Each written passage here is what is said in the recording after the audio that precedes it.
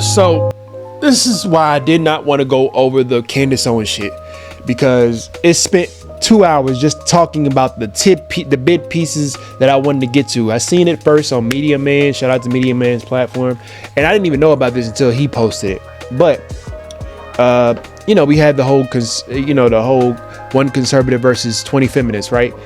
That's the whole clickbaity shit when it comes to the red pill. I was gonna get into that. I still do want to, but maybe later on. This is the shit we need to be talking about, because it's more so the aspect of Amanda Seales, and she has a bad track record when it comes to how people have perceived her in this entertainment industry. I'll just say that. But a lot of the shit that she has said in this particular interview, I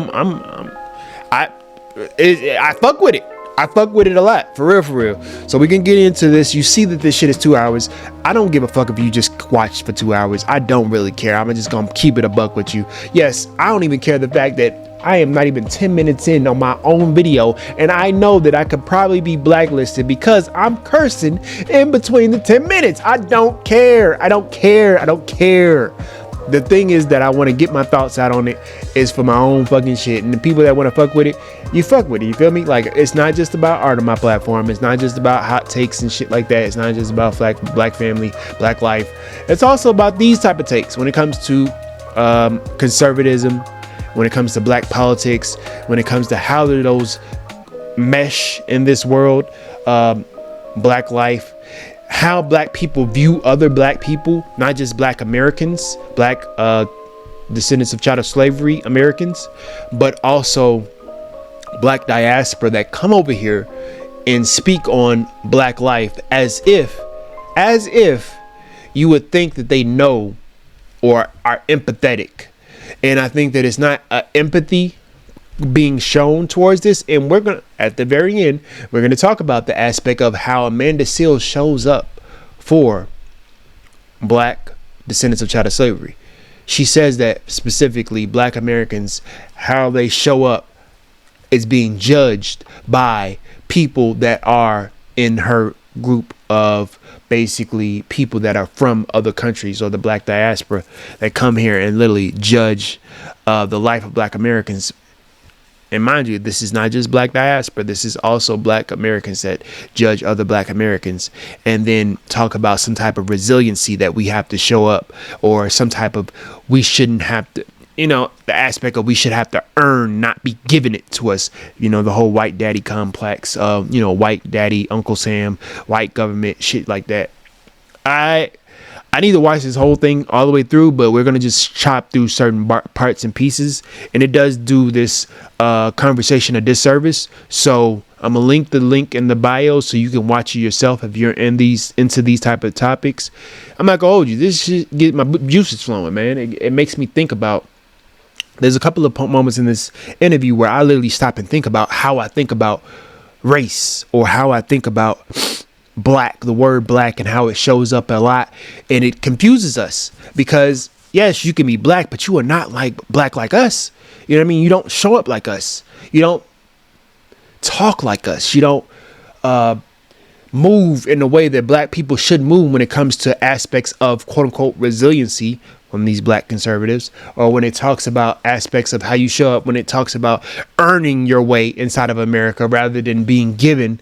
And it's not that, because if it was that, you would say the same shit about the Asian Americans that's given, or the Latino Americans that's given, or you know what I mean, or even the white Americans that's given. So it's like it's like you pick and choose on what you want to do with that. I have a lot to say about this, obviously, but we're going to basically stop it right here, and we're going to go into the video. State and radical blacks do not believe that is any way for us to have liberation. Well, here's what you all keep doing.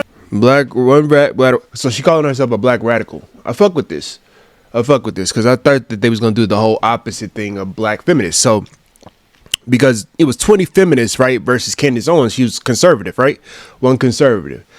I was going to go over that video, but I didn't want to do too much. I'm going to still go over it later, but it just, I'm kind of tired of the whole trope of feminists and conservative, because truth be told, especially when it deals with feminist or conservative, I've seen traditional conservative women turn feminists in certain aspects, and then they basically go back to conservative when it does not benefit them, or the other way around, where feminists turn conservative when feminism doesn't benefit them. You know, the whole equality, the whole, you know, who's going to be the men, you know what I mean? And even that still hurts feminist language, because feminists are about equality. Feminists are about the aspects of I can do what men do.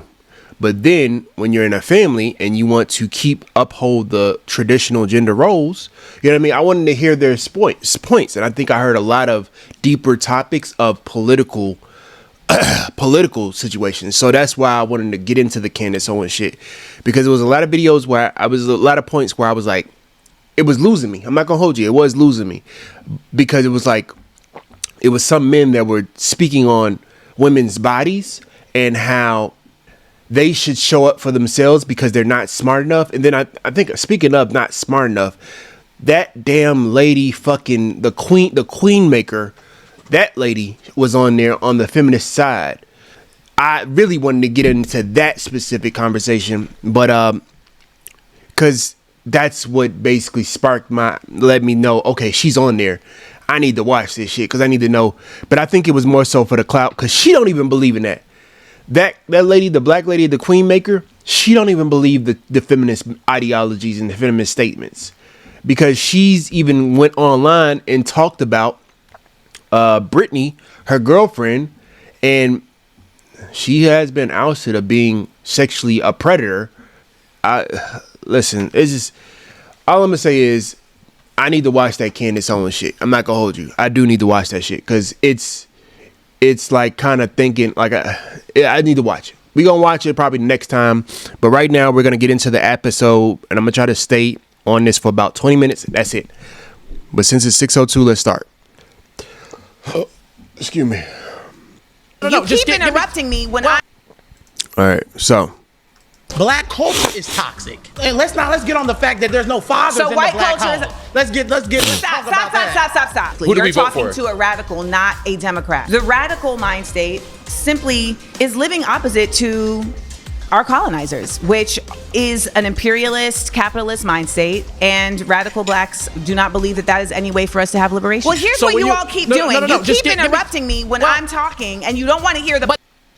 There's some people, I think that she doesn't want to be considered a Democrat, because she knows that for a fact, if she is labeled as a Democrat, black people are just going to never mind her, because even the people black people that are on the fence, like myself, I'm not gonna hold you, I am on the fence when it comes to Democrat and Republican, and now we're having shit implemented on us, specifically us. They're wiping our history out of the books. They're literally stopping any type of news or behavior online that speaks on the history of slavery within the United States. They're basically saying that it wasn't that bad. They're going to museums nationwide and saying, hey, let's stop talking about slavery the way we are, because it wasn't that bad. Their notion is I'm not sure, but who told them, but I guess they seen the Wakanda movie, and they seen people were talking about the sentiments of, I would rather kill myself than deal with slavery within the United States, right? It was some type of quote that was inside of the Wakanda shit, right? The Black Panther shit. And that was a whole spill online between black people and Africans, the African diaspora. And I'm not gonna hold you.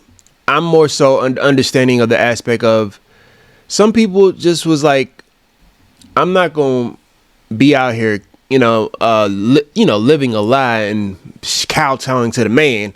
Basically what would I do? You know what I mean? Type shit. They was on some, what I would do was I would kill myself because I'm a real nigga. You feel me? That type of shit. Right. And I think that Trump got a hold of that sentiment, because there was a lot of black Americans that were saying, no, these people were trying to survive. And if they did survive, it's not that they were weak. They were actually strong to go through all of that and still be here to this day. You feel me? So, yeah, that was a whole sentiment. And Trump is now kowtowing on that sentiment of, it wasn't that bad. You know what I mean? Y'all still here. You know what I mean? Y'all still here. So it wasn't that bad. You mean, meanwhile, motherfuckers was eating us. I don't know if y'all know this, but these white people were eating us, dog. Not, it was for the game, like niggas said on TikTok. It was for the game. It wasn't for nourishment. It wasn't for no type of, wherewithal because they couldn't survive. No, it was for the fucking hunt, my nigga. It was for the game, my nigga. For the game, not practice. Not practice. Talk about the game. So when you realize how white people were eating black people, they were telling their children that black people were burnt, and because of God not liking, because of the sin shows up on their skin. That's why they're black. Genetics. It's crazy because the funny thing is that I'm glad that Amanda Seales doesn't use feminists, because feminists was also using back in the day. Feminists was also using, and even Democrats was also using the genetics eulogy. What was the fucking? It's a word for it where they use people's, I guess, background and say that it's in their DNA. They're just gonna be. They're just known to be. They're prone to violence because of them being black. It's their genealogy. It's too early in the morning for this shit. I'm trying to drink some coffee to wake my ass up, but we're gonna start this fucking shit.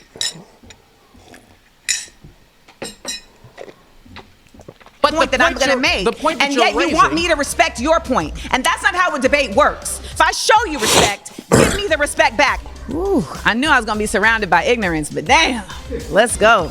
Greetings. I am Amanda Seales, widely known as a comedian, an actress, a disruptor, an annoying person on the internet who always tells the truth, and I am now an artistic intellectual who commits myself. That annoying person is this. She does that on purpose because she knows for a fact that the sentiment behind Amanda Seales' names is not. People, even Issa Rae has came out and basically shaded her a couple of times, and that was supposed to be her best friend. It just is what it is, man. I don't know how to feel about Amanda Seales because one moment she's here with me, like one moment I'm like, yes, I get it. And I think I feel like the same way about when it comes to conservatism. I feel the same way when it comes to Democrats. I feel the same way when it comes to feminists. At one point, I do understand what you're saying, but then when it interacts on my humanity as a black man, then I'm like, or not even just me, black community, black life. When your ideals impede on black community, black life, black family, any of those things, because don't get it twisted, all of those things, sometimes what impedes on black family probably helps the black community, right? Or black LGBT. Sometimes what impedes on black LGBT impedes on black families, black life.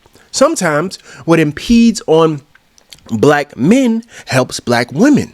Sometimes what impedes on black women helps black men. That's why I'm like, if it impedes on black life and black men or black women or I'm kind of like looking at it side eye. I'm not going to say I'm fully against it, but I'm kind of looking at it skeptically. Like, now I'm looking at you type skeptical. You know what I mean? Like, you got all the white weaponry. But it's like, that's how I feel about Amanda Seales sometimes. It's like, sometimes I be agreeing with her, and then other times I'm like, where is this coming from? Is this coming from a place of she's trying to be more understanding and, empathetic with her takes? Or is she trying to be more, quote unquote, radical and shut all of this shit down? Which is cool. But stay on that side when we get there. And you got to also understand that a lot of black people don't think like you, Amanda, and you have the privilege to be the beautiful mind that you are. You know what I mean? She has a great mind. She's a smart fucking woman. She's highly educated. Highly fucking educated. You feel me? And she's been in the game for a minute. As far as the comedy game and acting, and she's been in the game for a minute. So she knows the ropes. You feel me? Well, she knows a lot of it. So a lot of black people, what I would say with Amanda Seales is that she's an outlier, because a lot of black people don't think like her. And that's why I respect it. Even if I don't agree with it a lot of the times, I respect it. Now this, I'm gonna probably agree with a lot of this shit. So I want to hear a take. Self to making art that educates. And today, I am surrounded by 20 Black conservatives. My first claim is it is undeniable that reparations are just and necessary. I agree. I'm just going to keep it up. If you don't know, nigga, if you don't know, you should. This country has given reparations to all these other motherfuckers, okay? Be it immigrants, be it Native Americans, be it Jewish Holocaust victims, survivors.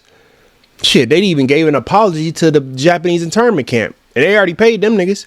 They still apologizing for it. But y'all see my other videos. I already talked about how Obama has given reparations to other countries. But when it came to Black Americans, it was somehow, we don't know where the money went. The money is in the things that they're pulverizing the community with right now. You feel me? I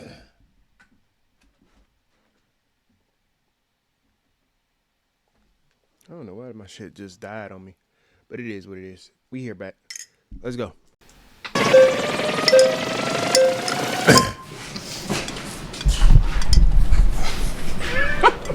All right, reparations, fair, necessary. My question would be, who's going to get it? Why would they get it? And how long are we going to sit here focusing on reparations? It's been how many years since slavery? 150 years, 1865? Whenever there's a real thing that this country wants to do, Congress ratified the 13th Amendment, which abolished slavery in December 1865. That's the big talk about around the community is who is going to get reparations. Stop saying who is going to get reparations. Black Americans, descendants of chattel slavery. Not that FBA shit. I know it's a lot of niggas that's with the Tariq Nasheed at Foundation Black Americans. ADOS is cemented in history. ADOS is cemented in understanding descendants of chattel slavery. Even the Foundation Black Americans, if you are a foundational Black Americans, that means that you somehow are related to this land and you probably have Native American in you. And if you don't know, Native Americans own slave. Yes, a good majority. They're going to say, oh, well, Black people own, so Black Americans own slave too. Let's just keep it a buck. They wasn't doing the shit that the Native Americans was doing. Okay, let's just keep it a buck. Native Americans considered themselves white because they wanted to not be considered a red nigga. You understand what I mean? They didn't want to be considered those niggas. And it's crazy how that shit works. Because even back in the day, they was doing the whole, we are not like them niggas. We come to 2025, Mexican people have done that. Okay? Asian people have done that. Even the Black diaspora that comes over here from other countries, we are not like them niggas. But at the same time, it's crazy because they got this whole thing on TikTok. They're using African American rhetoric and African American AAVE to tell Black Americans how they are less than and they have no culture, while they use the culture to speak on Black Americans. But they still consider themselves not like them niggas. You understand what I mean? You gotta like literally die from the fucking confusion sometimes. But yes, I do agree with the fact that yes, you do need reparations. And the whole aspect of who gets it is bullshit. It's bullshit. Y'all know who gets it. Now, as far as sorting out the DNA between Black people, that's where shit gets tricky. Because then you gotta understand, how do you show up in the country as African diaspora or Caribbean? You put Caribbean on your when you apply for a job. You put Black, other, not Black African American when you apply for any type of programs, any type of funding, any type of bills. You understand what I mean? You don't put Black, you put other. Cool. They should be able to look up any type of applications that you put in for jobs, any type of tax information, any of that. That's how you tell who is Black African American, and who's not, who is other. I don't know how it should be so damn hard, because I know one thing, that'll let people know, oh, and then with that being said, then we can go into the aspect of DNA. Now, DNA is where it kind of gets tricky because people don't want people going into their back history of who they are and what their DNA is, because people are now using that information to sell you shit. You understand what I mean? I think that the safest bet is, how long have you been showing up as an African American inside of this country? When I say showing up, I mean, what did you put on your application for your last job? What did you put on your application even as even as you grew up from high school into the job industry? You understand what I mean? Any type of funding that you've received from the government, what did you put on your application? You understand what I mean? Also, when it comes to credit cards, any type of loans that you got from the bank, when you have a bank account, what did you put? You understand what I mean? That's how you get that information. And there's going to be people that's going to lie. It just is what it is. But we're going to be able to assess the lie by basically have them basically show up in the world, because we'll realize, oh, you don't even speak the dialect. And you over here talking about you claiming yourself as African American. It's the most weirdest shit. Sorry, y'all. But yeah, we're going to be able to see how you have shown up in this country, whether it be Black American or not. That's how I feel like that would be the best way, the most civil way to go about it. You understand what I mean? Because we could do DNA, but that'll be invasion of people's privacy, and companies are gonna get a hold of that DNA and use it to sell you some shit. So that's not a lot viable. I wouldn't trust the companies to be able to be like, the government of all people to go be like, let's use their blood, i.e. Henrietta Lacks, another Black American that has basically had her DNA used to be able to create companies like Maybelline, L'Oreal. All of these motherfucking makeup companies have used her stem cells to be able to basically do research on a lot of these products that they use nowadays. And it's like, when you realize that this country has been ran off of the blacks' backs, and their blood, literally their blood is still continuing to help this country. Black Americans' blood is still to this day, like, I'm gonna just keep putting that nigga's face in this fucking shit to this day, bruh. It's like, dog. They do it. Stop Asian hate. Okay, there's a problem with the Asian hate. Let's draft a bill, sign it, and it's done. Anything needs to be done, it's done. With us, it's a carrot they dangle in front of us that they don't really want to do. And it's not going to help. We need education. Oh, it's not going to help. No, it's not. We need education. Getting a check from the government is not going to do that. And we need proper education. A lot of us go to these institutions. Education is not going to help fully. I'm not going to say it's going to help, not going to help at all. But even our most educated niggas go into the political system. Obama, Kamala, y'all don't fuck with them, right? Black conservatives, y'all don't fuck with them.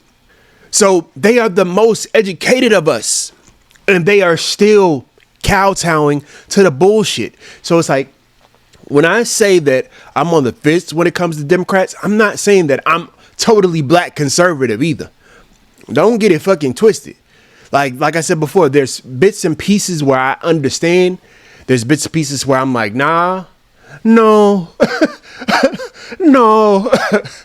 But he's trying to make it seem as though black education and black financial literacy, I'm pretty sure he's going to bring up that, because that's what black conservatives love bringing up. If you know how to use money, then you should be able to understand how this country works.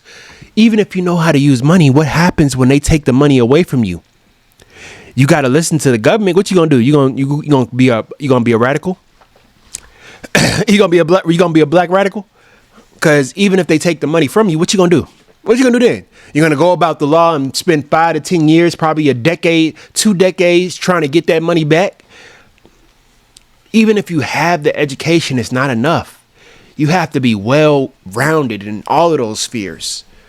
All of those spheres: financial literacy, education, black politics, understand who you are in this country, and you need black community.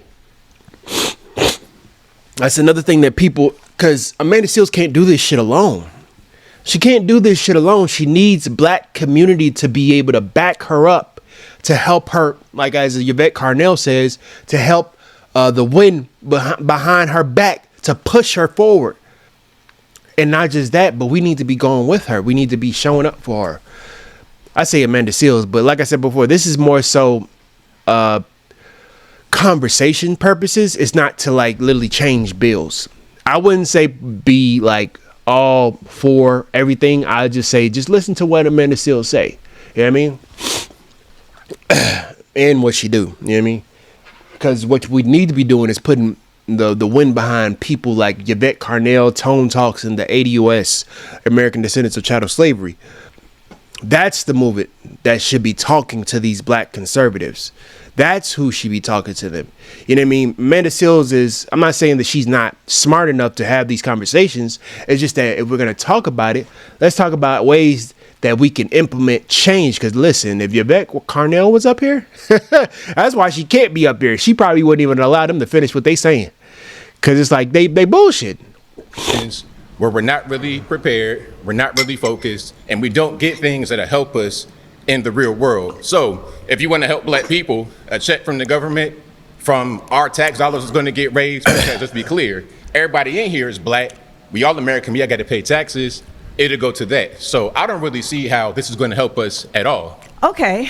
Well, first I'll start with it will help on even just a moral level. The reality is that the United States has become very comfortable with the fact that it does not consider black people equal. And it shows that in many ways that I'm sure we will discuss over the course of today. But ultimately, there has not been a committed, concerted effort to shifting the mindset around the use of black people as a labor force in this nation. Back when it was slavery, now I just said that in the use of slavery they're as still slave using labor in prisons. So they're still using to this day. I didn't even talk about prisons. They're still using black bodies to promote. That's why it's mostly black people in jail. It's mostly black. Well, let me not say that. It's a high rate. It's a high conversion rate. Because there's the difference between saying that there's more black bodies in jail than there is white bodies. Meanwhile, there's more white people in America. I'm not going to say that there's more black bodies, but I will say that the rate that we go to jail is far exceeding white people, Asian people, even the black diaspora. You understand what I mean? Specifically African American people, because they go to African American communities. Once again, I'll bring up the aspect of third world communities inside of this first world country. On a basic cultural level, reparations are an act of repair. They are an effort to say, our bad. According to the Oxford Dictionary, reparation means the making of amends for a wrong one has done by paying money to or otherwise helping those who have been wronged. We see you now. We have seen that done with Japanese folks who were put in internment camps. We have seen that done with Jewish folks. We have seen that done even in the case of slave owners who received reparations. See what I said? When it comes to the use of tax dollars to pay reparations, and this is going to come up a lot today, it's a matter of values, right? For me, my value system circulates around the fact that I think that as a community, we should all be engaged in repair for our community. So I don't think there should be any problem with their use of tax dollars spent at repairing consistent efforts that have been made to impede black people. So the reparations you're talking about are not just related to slavery. There's reparations that have been discussed all over this nation in different communities as it relates to particular massacres, as it relates to redlining and the impediment of black people to earn wealth by having property. So it's not There's just been impediments in various ways that can be repaired. And I want to also just add, there's reparations that are considered a cash payment from a government. There's also the version of reparations that shows up in how funds are applicated to specific groups of people. So there's multiple ways in which what you're stating cannot happen could very well happen. Okay, now as far as the money going towards certain things is going to help us, let's look at Baltimore Public Schools. They get, I think, the third most money per pupil in the US of A, like $15,000 per student, but yet the majority of the population that comes from that environment can't read. They're illiterate. So we're dumping money on the situation, yes, but yet we're not getting the results we should get from it. Money's not going to help the thing. We need to just focus on what we need to focus on. As far as black what do we need to focus on? I just want to hear, what do we need to focus on? Because I get it. When we fund these schools, right? Let's keep it a buck. when we talk about funding, where is the money going to? Is it going to the teachers' pockets? Is it going to the aspect of we're funding for the schools to be rebuilt? Because that's another thing. They'll build up the schools, right? Use all of that money and taxpayer dollars to build up the schools, fix the streets, making sure the toilets is like, that's a good thing. That's great. But then it's almost like, remember that show called Ozark, right? That's one thing that I started learning about money laundering and how you can buy shit and buy an excessive amount of shit to say, hey, this is where the money is going. But at the same time, you're putting money to the side for your shit, right? Because you're spending so much shit to clean the money, right? To make sure listen, this is the money that I'm using. This is money I'm using. But at the same time, you're putting a little here, put a little money to the side, put a little money to the side. They won't know because you're making excess amount of dollars with the money that's being used, right?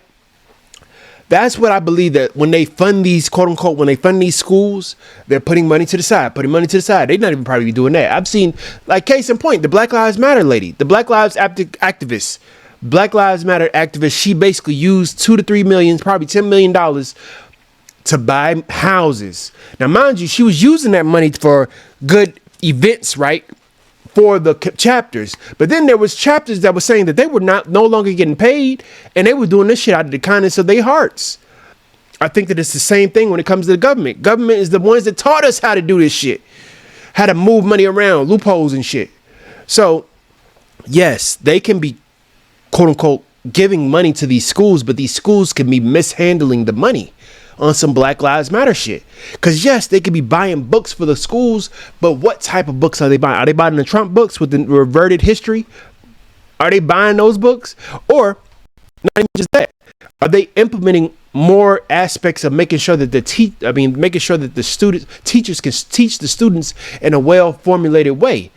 Another thing, what type of teachers are they hiring? Because they don't give a fuck about how much money you put inside the schools. If they're hiring teachers that don't give a fuck about the children, they come in worried about their outfit more than they worried about the children. We see a lot of these teachers getting fired because of their outfits. What type of teachers are they hiring? You understand what I mean? I'm going to call it what it is. Let's get down to the bare bones tax. That's when you actually talk about, okay, they're putting money into these schools. We can, as Black people, and especially as Black parents, we can no longer be on some, well, they gave the money to the school, so we should be good. Or it's not enough. You got to go into detail. How and what ways are they implementing this money? And they need to be a breakdown of how they're implementing this money. What type of teachers are they hiring? Do you know what type of teachers teaching your student? Do you go to the PTAs? Another thing is about Black life is you work so fucking much nowadays. You work 60 to 80 hours a week. I've done it. And I'm not even a parent. So you work 60, 80 hours a week to survive, to make sure that your children is able to survive. I have conversations with Black mothers, and it's like, it's normal to them to work that amount of time. And they say to me when I speak about, I don't want to give that type of life to my child, to be able to not be able to see my child and work like a slave for them and not be able to experience them. You know what I mean? That would hurt me. So when I think about bringing a child into this world, that's the main thing I'm thinking about. Will I be able to experience my own child? You know what I mean? So it's like, it's so many things that I have thoughts about this, but I'm gonna let it play. Labor force of this country, what else are we doing? We got 25% of us on some kind of government assistance. 1 out of every 3 Black men will go to jail. We got to do something. We got to work with our hands, work with tools, do something, because we're not doing much of anything. And also, one more piece here. Reparations, again, always anchored in front of us, never going to happen. As long as you've been living, as long as I've been living, as long as everybody been living, they say, we need it, and it never gets done. One more piece. You just said one more piece, then you added another one. I promise you've been living, as long as I've been living, as long as everybody been living, they say, we need it, and it never gets done. One more piece. You just said one more piece, then you added another one. I promise. So hold on to it. Hold on to it. I'm gonna land the plane. I'm gonna land the plane. I promise. Reparations. This is a YouTuber. I think I've seen it before. It's a carrot that dangle in front of us. They're never really going to get it done. And if it was going to get done, it would have already been done. It's just something that they're using to try and make us stay Democrat. That's what I wanted to say. Well, Democrats are not doing reparations either. They're not. This is nonpartisan. This is black partisan, baby. Okay. Well, this is nonpartisan. Who do we vote for? Who do we vote for? 93% of the time. There's no incentive. To be quite honest, you're not talking to a Democrat. You're talking to a radical. Okay, but let's land this plane very quickly. Who do we vote for? Let's land this plane quickly. Who do we You're vote talking for? to a radical, not a Democrat. Okay, and you are your own person. Let me but tell who you do we something vote now. for? I don't know what they told you, but if they told you that cutting me off is how we're going to get clicks, stop it now. Oh, no. That's not how we're going to. That's not how we're going to enter. We having a debate. A debate does not require continuously cutting somebody off. Okay, no problem. Now, I do want to state this. You're stating things as it relates to how money is not fixing a problem without acknowledging the fact that the problem doesn't exist in a vacuum and that there are so many other factors that are determining how that money is getting spent to impede it from actually fixing the problem. You can put all the money into Baltimore public schools you want, but if you are also putting all this money into policing, into communities that are not getting resources, then you are also creating your own conundrum. The other part of this is that when you're saying they, you know, the they is a broad context. And the last part of this that I will say is that you keep saying they're dangling this in our face. They're dangling in our face. Slavery lasted for 400 years. It hasn't even been 400 years since slavery. So should we be only fighting for a quarter of the time to get repair? All right. I'm so sorry. You've been voted out by the majority. All right. Please return to your seat. Okay. Into criminality, into criminality. My next claim is that black on black crime is a result of underinvestment and over-policing. I want to watch this whole thing. I'm not going to hold you. Because it's a lot of black on black crime is due to underfunding and over policing, essentially. Yes. I actually don't necessarily disagree with one of those. Okay. I think that, however, the government, who do you think should be responsible for the funding piece of the black community? Should that be something that the government should step into, or should that be something that we as black people need to handle ourselves? Dr. Jordan Peterson and even Thomas Sowell and several others have stated one thing, that poverty and crime, there's a positive correlation. There's also a positive correlation in the black. I don't trust this man when he started saying that Jordan Peterson, he's one of those, he'll say stuff that makes sense. You know what I mean? And even when it comes to the red pill shit, he's big on the red pill spaces, right? He's had a whole breakdown of how men are treated and how he damn near teared up on how men are treated. But let's just be clear, he was not talking about black men. He was talking about white men. Rightfully so, because he's white himself, right? But he wasn't crying on the aspect of men in general, like men for the world's sake. He was crying on the aspect of white men being basically demonized and villainized inside of this country. Him quoting Jordan Peterson, I'm kind of skeptical because it's not a lot of quotes that I would take from Jordan Peterson. You understand what I mean? Because I know where those quotes come from. You understand what I mean? But we gonna listen. Community of absentee fatherism being one of the root causes leading into criminality. Black males that grew up without a father are 10 times more likely to engage in criminal activity. And so I think Can I put a pin right there and ask you a question? Ask me whatever you like. What is the root cause of there being less fathers present? Bad decision making on the part of the fathers. We live in a patriarchal. Bad decision making on the part of the fathers. You see where I'm coming from? How do you quote Jordan Peterson? Bad decision making on the part of the fathers. How do you quote Jordan Peterson when I know for a fact Jordan Peterson would not say bad decision making on the part of the fathers? He will agree to an extent. I would say that he would agree to an extent of the aspect of bad decision making on who you lay down and have a child with. You have to own up on that, right? But who has the child? Who has the child? So when we talk about black community, are black women not a part of the black community? Do they have not any type of ownership?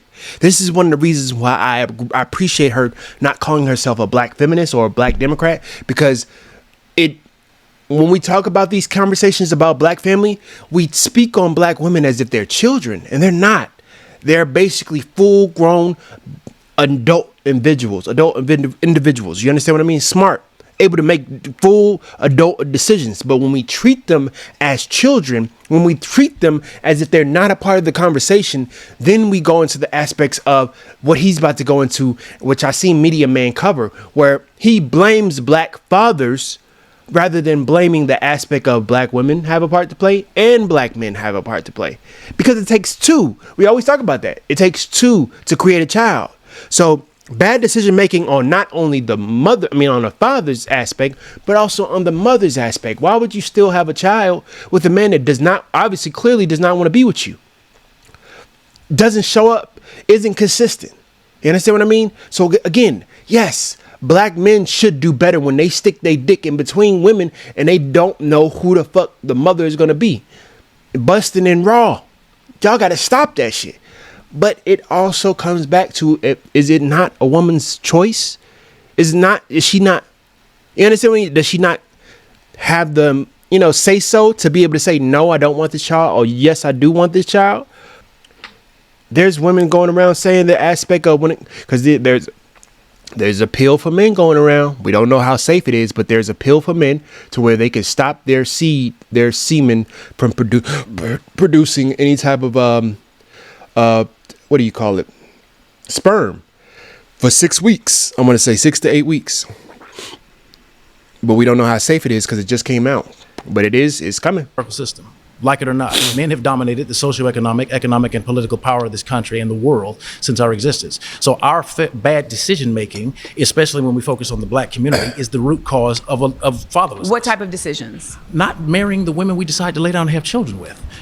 I agree with him that they're not deciding to marry, though. That's his point. You got to watch the language.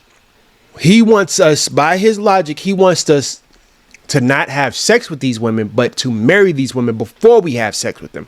Cool. But then when you go into marrying the woman that you want to have sex with, what happens when that woman is not the woman that you thought of? I.e. Tyrese, because he married the woman. I don't know if he had sex with her before marriage, but he did marry the woman that he had sex with. They got a child and everything. And now he's online screaming, "What more do you want from me?" You feel me? No shot at Tyrese, but it's like that doesn't fix the real issue here, sir. That doesn't fix the real issue when it comes to how black families should show up. You understand what I mean? So it's not only the onus on black men, but it's the onus on black women because we are a community. I can't stress that enough. I'm not trying to go in on black women. I'm trying to understand the stress factors of creating a black family. And we need to get back to black families. I say black families because it's like that whole gender war shit. The reason why I speak on it so much is because it's unequal and it's uneven.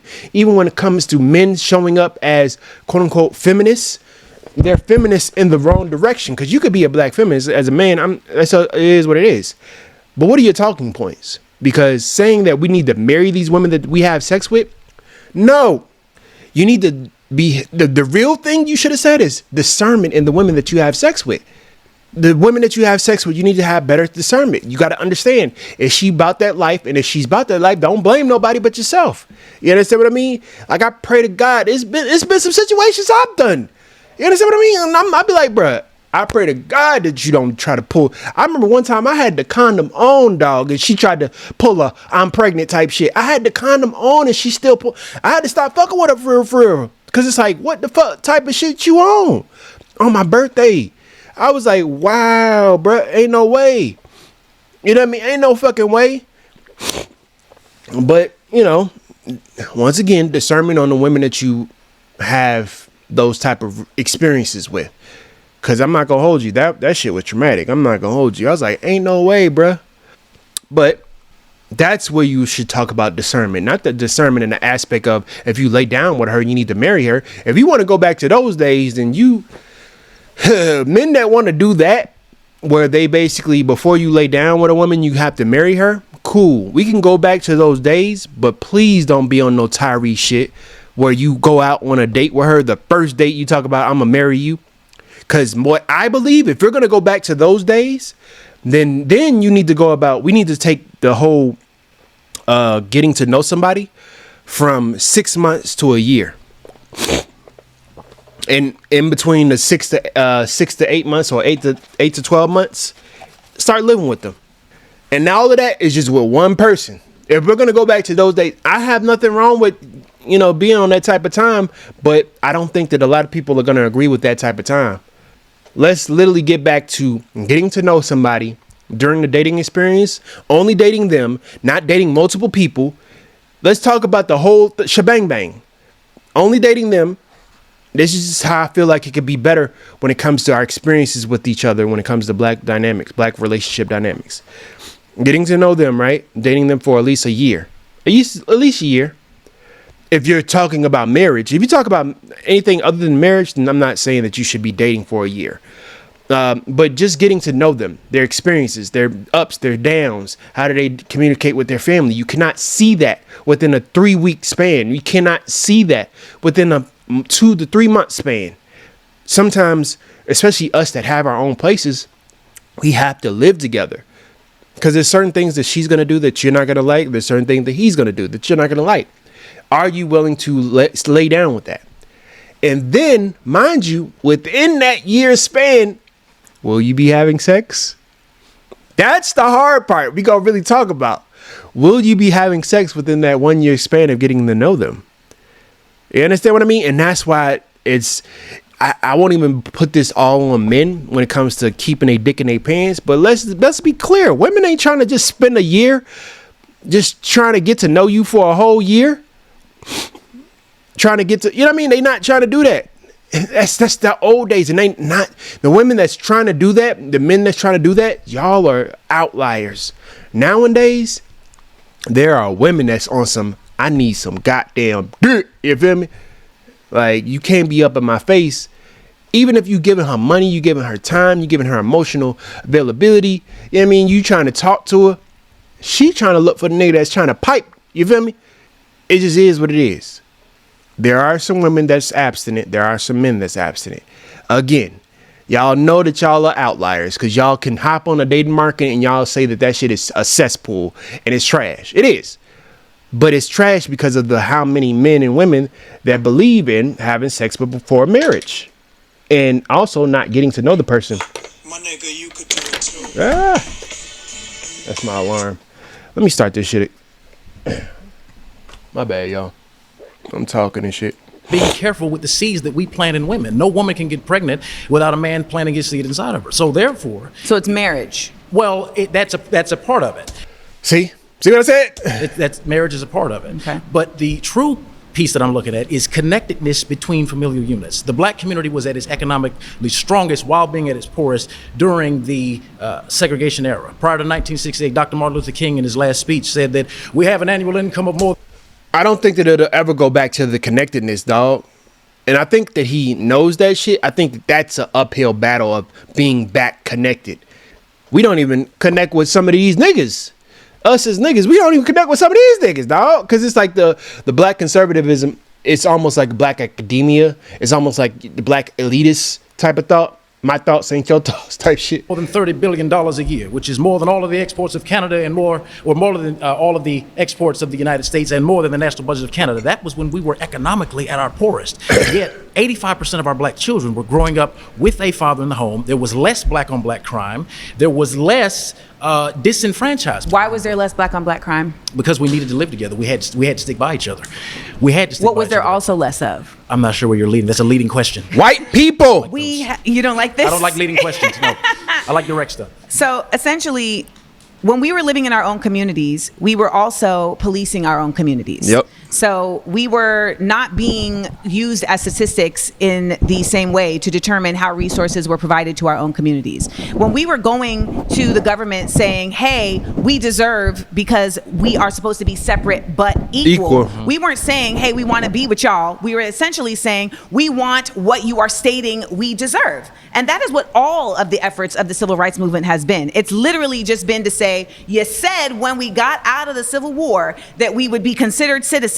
And all citizens should be getting equal access to these things. However, you are actively allowing the Klan to harm us. You are actively allowing... Who's killed more black people, the Klan or us?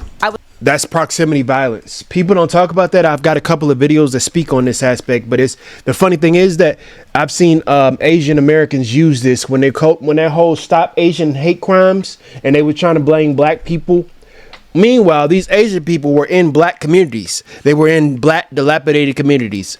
They shut up shop, have your hairs and wigs. Meanwhile, they don't know shit about hair, but they giving it to these black folks, putting this chemicals and shit in their hair, wondering why they got cancer later on in life, breast cancer, any type of thyroid issues, any shit. You know what I mean? But it's called black proximity violence. If you're around a lot of black people, you're gonna have black people commit crimes against you. Same thing when it comes to white people, but we don't call it white on white violence. He's doing the black on black violence shit. This is dangerous rhetoric. This comes from a lot of our black elites. This comes from a lot of our black academics. This comes from a lot of our black conservatives. Black proximity. If you're around black people, it's the same thing if you're around white people. Like, I know a couple of black people that's around a lot of white people. I just had a white person steal from my fucking job, steal some shit out of my fucking car, out of my vehicle, and little crackhead, bruh, stole a fucking junk out of my fucking car, right?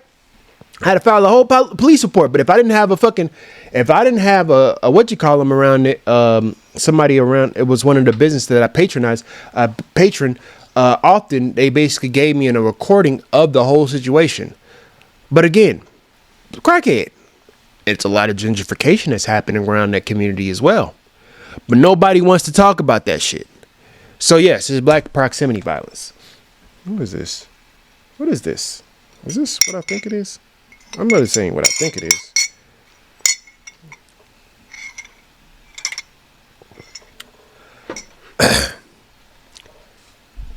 I would like to continue my statement. I let you speak uninterrupted.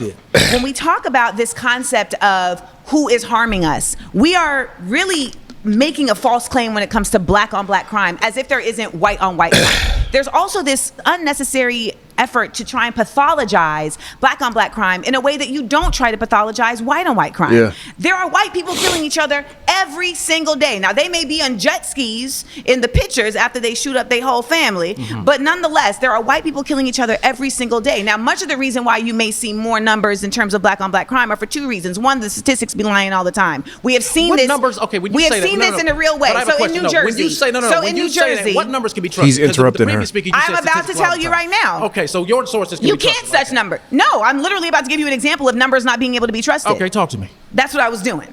I'm listening. Okay, then listen. Oh, my ears open. So listen, in New Jersey, they had a statistic that was created by the police department that said, look at how many black people are committing crimes. Look at how crazy this number is. These black people are so exorbitantly violent. Look at this. And then people went and actually matched the names that they were booking with the faces of the actual people incarcerated. Okay. And it was proven that they were lying. So that's one. So that's one instance. That's Hold on. one No. You're example. talking to somebody that works as a police dispatcher when I'm not making content. So here's the thing. So when I'm not making content. Well, the truth is, you're about to see the truth if you just give me a second. Like Trump. You didn't let her finish. I'm going to do the weave, but give me a minute. Well, here's what you all keep doing. You keep interrupting me when Well, I'm talking, and you don't want to hear the point that I'm going to make. The point that and you're yet you want me to respect your point. And that's not how a debate works. So if you want me to keep getting louder, I will do it. But ultimately, if I show you respect, give me the respect back. I let you talk. I let you make your points. I am countering your points. And my points are just as valid as yours, even though you got a pocket square and a Church of Christ pin on your chest. Whatever. It's a cross. Same difference. You got an American flag and you think you know something because all right, now she's getting into the whole, I'm going to talk about what you got on. I'm going to talk about what you look like. That's not either. That's Amanda. Stay focused, baby. Stay focused. Don't worry about that. Don't worry about it, sweetheart. All day over here. So let me make that clear. But let me also add to my point. My point is that you can sit here and blame black people on black people all day long and not acknowledge that we are forced into. You're coming to interrupt me again. I haven't even said a word. All right, that is flagged. So I'm going to ask you to return to your seat. I just pray for this lady because she be stressed. And I understand why. Time. Y'all just want to be seen. I don't need to be seen.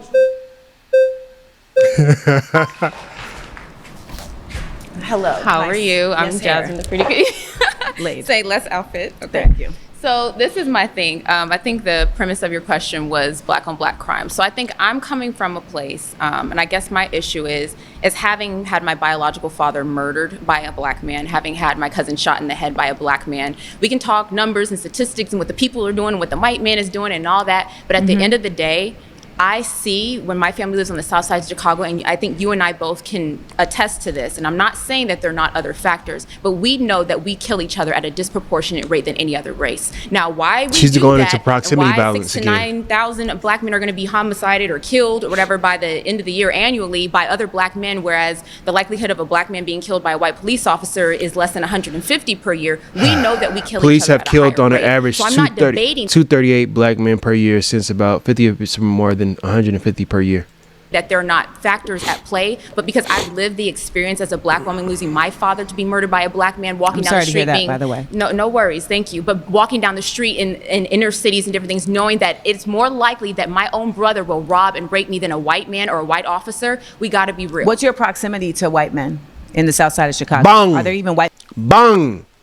If there's not white men around you and it's a predominantly amount of black people around you, then of course there's going to be more violence against you, crime against you when it comes to crime. Crime is going to happen. Crime is going to happen. This is not a perfect world. We have to keep it real. And I think that people don't want to have these type of conversations. A lot of black feminists bring this topic up, and that's why I'm glad that she did not call herself a black feminist, because a lot of black feminists say how they are not protected by black men and they feel in such out of fear, rightfully so, mind you, they do feel out of fear of their own lives. But it's like, let's keep it a buck. Do not put this on black men when you have the ability to move out of these communities and go to those white communities. If you feel so, it's the same thing I feel about black people that want to move to other countries because they feel how America is treating them so bad. Cool. I understand your sympathy. I mean, your sentiment, and I'm empathetic to your situation. With that being said, go move to Ghana. Go move to how they treat women over there. See women how they treat women in Nigeria. Go ahead, move over there. Go ahead and see how they treat you over there. Or go to Switzerland. Or go to Japan. Or, you know what I mean? Like, we can keep bringing up these sentiments of, I've seen all these places, I've seen black women talk about their experience in these places and how they feel other than, basically feel disrespected, you know what I mean? Go to China. Go to these Middle Eastern countries. You probably don't want to go over there right about now because they already talk about blowing up, putting bombs on Baghdad. I'll just say that. White men around to rob and rape you at the same rate that there are black men? There are white men around. At the same rate. There wasn't a lot of black people in there, but then that doesn't justify the fact that we're destroying each other. So even if we get to the root, like we can agree on that. Okay, sis. because I feel like a lot of Nothing times liberals will argue like, well, I'm not the a white people liberal. are killing I am people. I'm not a liberal. Okay, well, I will say that people that sometimes have your stance that are against conservatives, maybe they have this claim that they're making it up, they're making up the numbers. We know that we do that to each other. So I want to get to the root of the issue. Why are we killing each other? I think the root of the issue is we've lost our values and we've lost our resilience as black people. We sit there and we talk about what. How does our values and our resilience as black people be the root issue of how America has treating black communities, black life? How is that the root issue? We don't care about ourselves. That's why it's like, I don't trust this shit. We don't care about ourselves. Her root issue, what she believes the root issues, our resilience as black people affects how other people treat us.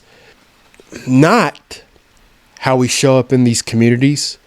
Not, when I say how we show up in these communities, I mean black politics, how we vote, when it comes to what we show up, when it comes to, like I said before, the PTA meetings, parent-teacher meetings, when it comes to our children. How are we seeing the statistics and what is being done when we see that they're misallocating the money? You understand what I mean? Our self-respect is what's the issue, is what you're saying. Our resilience as black people. The white man did, and we talk about slavery and everything like that, but we have no self-accountability and say, you know what, at the end of the day, that is my black grandmother, that is my black sister, you are my black sister, and you know that a black man is more likely to rob you or commit some type of crime against you. And so you blame the black man before you actually go to the statistics on why is it that there's black crime within this community and how is it being policed and what type of police is policing this community. Do we know the names of these police officers? How are they showing up? What offices have they been? That's not black resilience. That's actually you doing your due diligence as a citizen within America. She's going into the aspect of feminism. Let's just keep it a buck.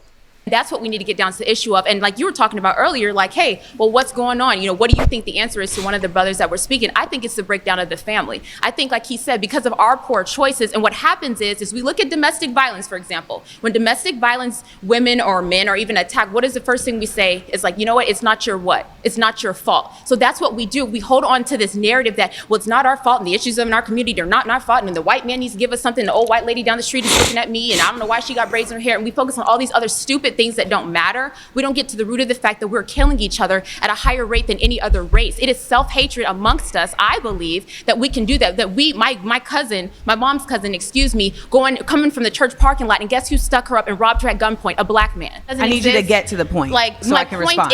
is that no, and I'm not trying to be funny. Unless, like you said, we're gonna keep it respectful. Yeah, but you're monopolizing the whole conversation. I'm We're not trying. being Okay, I'm able gonna let to- you speak, but let's not get the Yes. attitudes and stuff, because you're my sister and I respect you. So I how don't you have talk an to attitude. them, I'm being direct but to how you, you but you're talk to them, literally not gonna speaking talk this, to me. and you're not going to do Okay. that with me either. Okay, so so you're I'm stating your respecting point, you. and you've been stating your point for quite some time. So Do say you have the a proper reason ways. for Would me you to like? respond? Would you allow me to respond? So that's a better response. Go ahead.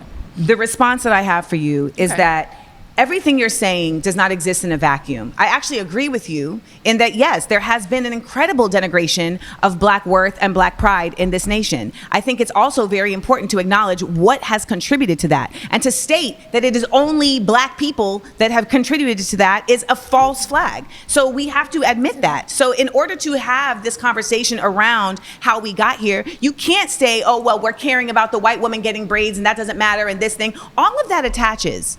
All of that is actually a very big part of the lack of worth of Black people. I'll ask you, do you think we're resilient?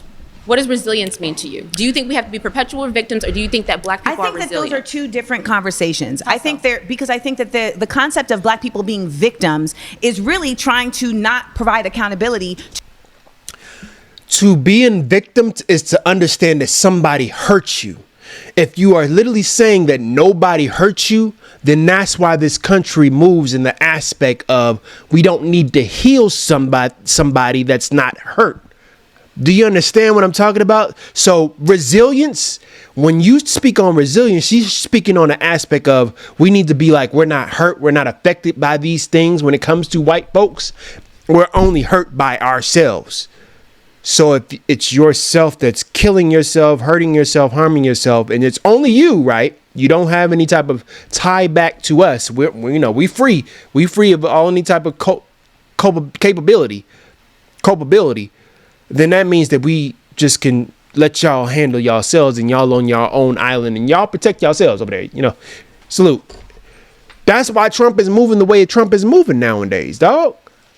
To where the root problem for the actual cause is. And if we keep saying that somebody is a victim and that doesn't mean that the other person should have to actually have accountability, then what are we really doing? You can do both. You can be a victim and be resilient. How do we do both if you stay in the victimhood? That's my question. But your statement about Black people staying in the victim place is also your point of view. But how do we rise above it? We continue to rise above it by, one, pouring into our communities with mutual aid, Exactly. but two, by simultaneously making sure that we are challenging the systems that are in place to impede us. We have so many opportunities where we are trying to do mutual aid, and those things get disrupted by folks who want to have capitalist gain, by folks who want privatization. We used to have all these mom and pop businesses in our communities. Yeah. There's over 3 million Black millionaires in America right now. You are an intelligent Black woman that is successful. That's irrelevant. No one's stopping me from doing anything. I'm an intelligent Black woman that Many graduated and is efforts have successful. tried to stop me from doing what I do. We are not all equal in our capabilities. And we are not all equal in our ability to be invested in by others. I agree with She said, how so? Like, she don't know about Amanda Seals. If you don't know about Amanda Seals, listen, she say a lot of things that has got her, quote unquote, blacklisted by not only just white people, but Black people as well, because you're not kowtowing to the right type of Black people. You understand what I mean? Even her friend, Issa Rae. I don't agree with a lot of shit Issa Rae does. I'm not. But I do understand how Amanda Seals can feel blacklisted by Issa Rae. And I'm not gonna hold you. That was kind of like shady. It was kind of shady. I'm just gonna keep it a buck. It was shady. How she handled the situation with Amanda Seals. She's probably tired of Amanda Seals. Cool. But she couldn't pull her to the side, tell her how she really feels. She kind of just ousted her, let her defend herself type shit. It's shady. It's shady shit. But yeah. We're not all equal in our She's been- trauma. Are we resilient? We can't say because it is a false equivalency. I believe that every black person has resilience. We from keep slavery trying, all the way but until we today. keep trying to cause. I'm so sorry. I'm so sorry. You've been voted out. First, I want to kind of get rid of this like right left ordeal. I really want to talk about just like our own personal views and what we've experienced, what we've seen. And when it comes to your claim about black on black crime, I really do believe, and I think a lot of people here do believe, especially based off of personal experiences and everything, that it is just lack of accountability. In the black community, we need to start taking responsibility for our actions and stop pointing our fingers at other people and the white man. Because to be honest, Why can't both happen at the same time? Because Both are causes. Because you got to clean your own house before Both you are go complain. Why? Because if we're you're gonna sit dirtying my here- house, no, if you no, keep it's pouring not- shit into no. my house It's- and I'm cleaning it, You keep pouring shit into her house and she's cleaning it, and at the same time, why can't I do both? It's like- why can't it's I weird, clean my man. house It's and weird, bar the man. windows from you shitting on my house? Because it begins with responsibility within us. If we're like, Yes. okay, oh, the white person's doing this to me, the white person's not, we're not But they going to ever are. come to the core of the But issue. They are. We need to take and responsibility. it's not even just the white person, because now we have seen very many races, people of very many backgrounds that are actively participating in the effort to keep a working class down. Like that is Yeah. absolutely a fact. Yeah. It's not just white people. So I don't attend to that. But I will say the reality of It's not just white people, these folks. systems in place. I need to pause it right there. It's not just white folks. It's not just black folks keeping the black man down. It's Asian people. It's Latino people. It's Middle Eastern people. We see the electives that they have voted for in the office, that they have voted for on Congress. You understand what I mean? It's not just white folks. We get that. But it's also not just black folks fucking keeping other black folks down, and we need to be resilient. It's like, dog, y'all Is damn. real. Over policing is a real thing. You know what's also been really real is the effort of violence interruption in certain communities, right? So we've seen this in Detroit, we've seen this in New York, we've seen this in Baltimore, where there are communities that have said, what we're gonna do is we're gonna be like a neighborhood watch for our community. So that before the popo even come, before 12 even rolls up in here, we're gonna actually put ourselves in between the conflict and calm it down. And that has been incredibly effective. But you know what? It's not. According to the Department of Justice, Detroit's model from Neighborhood Watch significantly reduced crime and fear of crime. Neighborhood watches in general, however, have mixed results. Yeah. Funded. It's not funded. And you would think that like city councils and mayors and governors would say, What it looked like to me when they said that is Detroit's black people made sure that black people were protected. You understand what I mean? But when it comes to neighborhood watches for all communities, for all races, it kind of is mixed. It's mixed because still people look out for them people. Them people look out for them people, not just white people. Asian looks out for Asian. Latinos look out for Latinos. When Detroit is mostly a black mecca, Detroit is going to look out for Detroit. You understand what I mean? Case in point, what's going down in DMV area, a lot of the politicians are black, right? And a lot of the crime has dropped significantly, like 20 to 30%.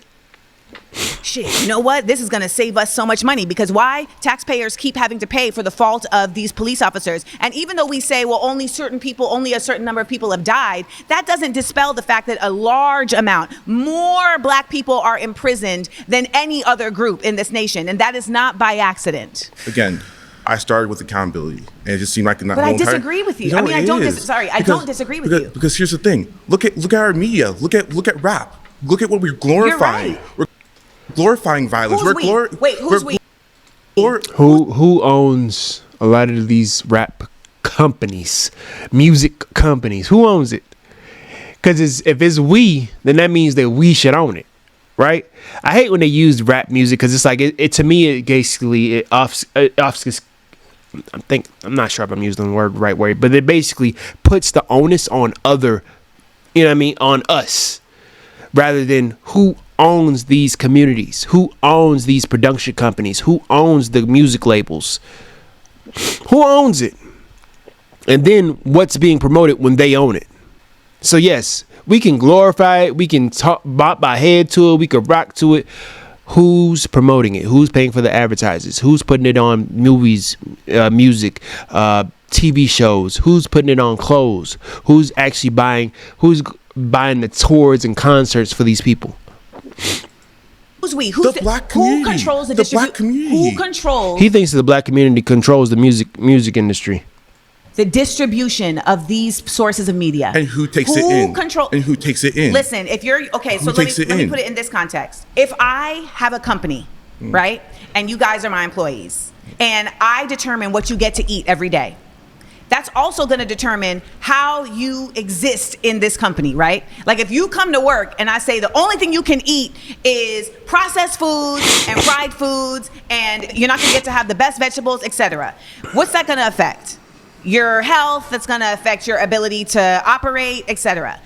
This is how the United States operates. There's a lot of us that don't want to admit that as much as accountable as we want to be, all of our brains also don't operate the same way. Some of us are much more apt to be indoctrinated than others. That's a fact. There is a 1% of people that knows this. There's a whole show called Mad Men that's about advertising, etc. And if we don't acknowledge Advertising, multiple things at the same time, then we simply cannot stop it. We can be as accountable as we want to be. And I hope that if you're right, Because if you hone in on one thing, they could just basically shift the other things that you're not honing in on. We can move the goalposts on other things. You understand what I mean? I get this too. right? Because I hope you're right. I wish that it was a situation where if black people could just be accountable, then nothing else would matter. But unfortunately, that hasn't been the case, because we have seen when we have Black Wall Street in Tulsa and we have Black Wall Street in Durham, that when we actually do hold our own and build our own communities, they will still come and run it down. Pause. You've For partnering with us on this episode. Now, let's get into it. My next claim is systemic racism isn't a theory. It's our lived reality backed by data and history. So they don't believe that systemic racism is a thing? Hello? Hello, John. John Samuel. Hello, John Samuel. First name. All right. Love my parents. Hi, parents. I want to listen to you first. Why do you feel that? Why do you feel that way? Why do you feel John went to debate training before he came here. Okay. Ultimately, I feel that way because it's simply just facts. It's in the books, and that's why there have been laws to challenge it. I like conversations like this. There have been innumerable instances where actual systems were created specifically for the impediment of black people to advance.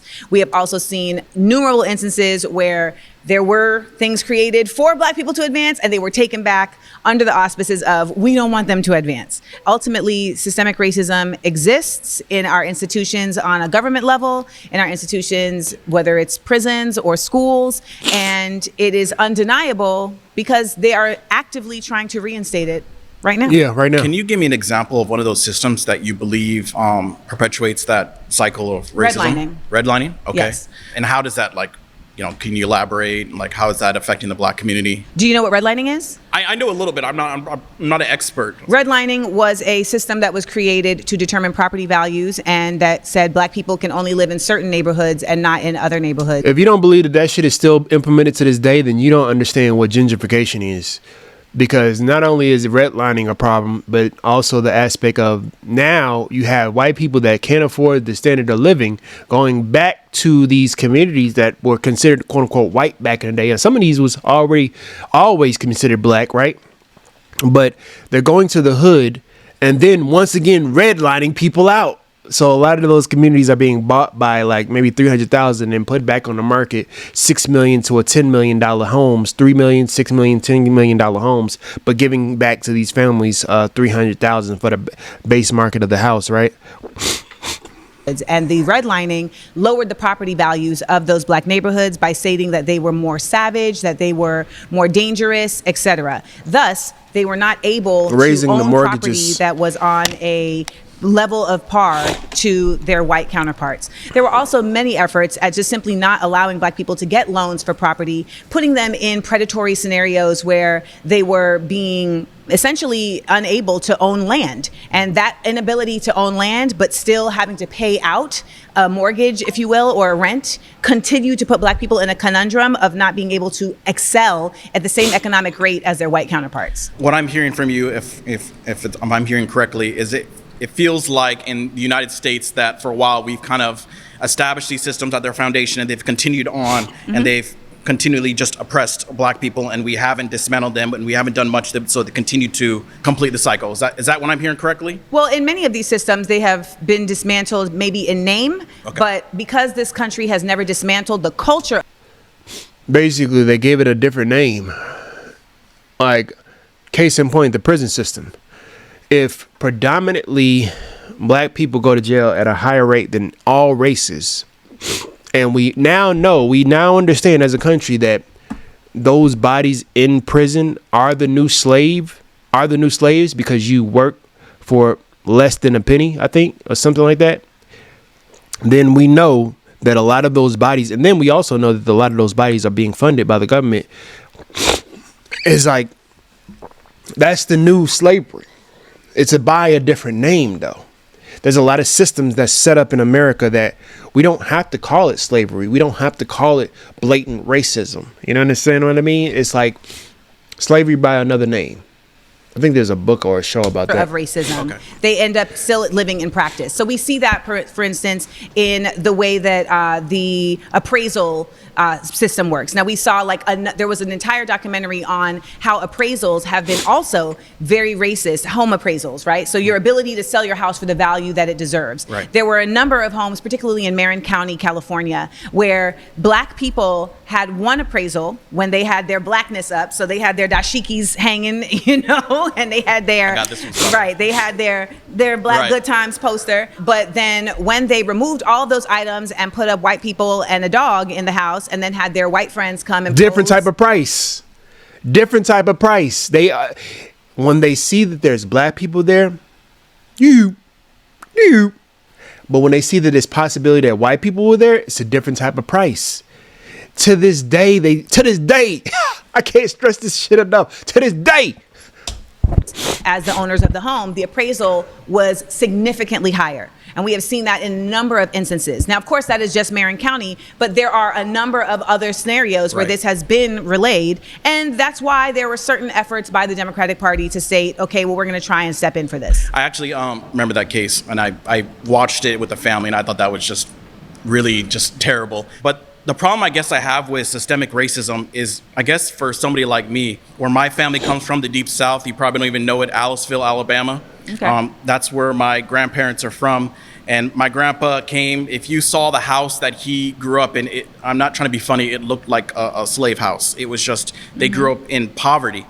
And the fact that he was able to go from that and get the highest rank enlisted in the United States Navy amidst, all these, systems, so to speak, and he was able to buy his own house out in San Diego.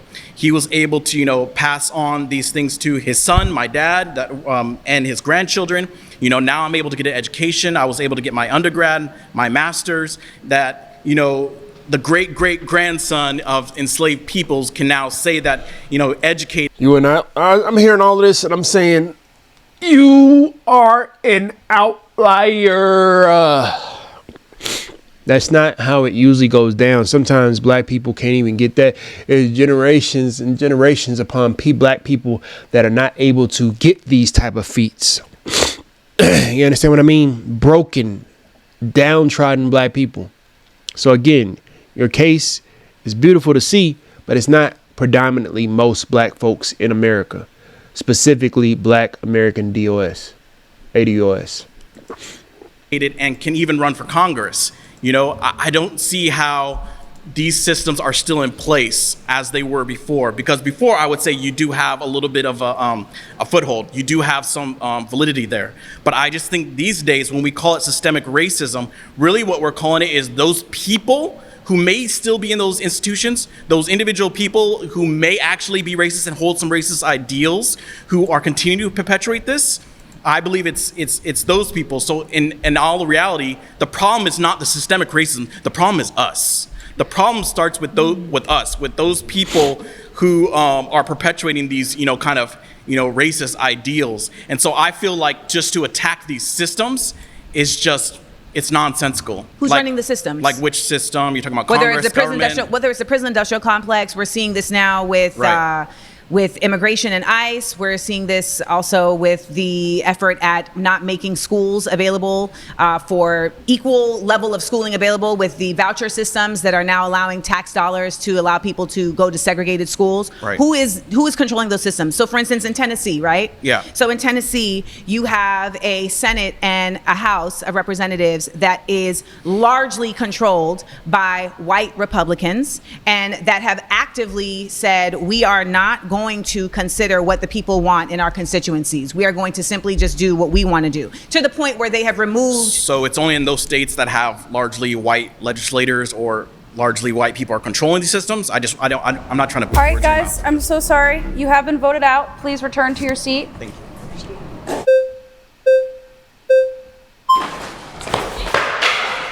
Oh, Lord. So to go back to your claim, you basically said something about Tennessee and how they said what exactly you said they. Burkina Faso is not. That's time. My final claim is black conservatism failed. All right, We what have do you- not had people that are done it. My mother came to America with an entire nursing degree. I can't say, oh, well, my mother did it. Why can't you? Because my mother mama was pregnant at 19 from the south side of Chicago with no degree and still made good something for of your herself. mom. That's what But I'm this is saying. the thing. So we can't your do mom it. Is I'm not, it's not the. It's not the point of.